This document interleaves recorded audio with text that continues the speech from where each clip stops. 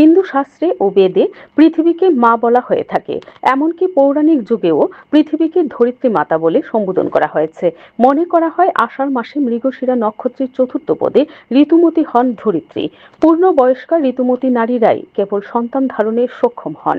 তাই অম্বুবাচীর পর ধরিত্রীও শস্য শ্যামলা হয়ে ওঠেন। অম্বুবাচীর সঙ্গে জড়িয়ে আছে বহু আচার অনুষ্ঠান। এই 3 দিন সন্ন্যাসী এবং বিধবারা বিশেষভাবে পালন করেন। কোনো শুভ কাজও এই কয়েকদিন নিষিদ্ধ থাকে।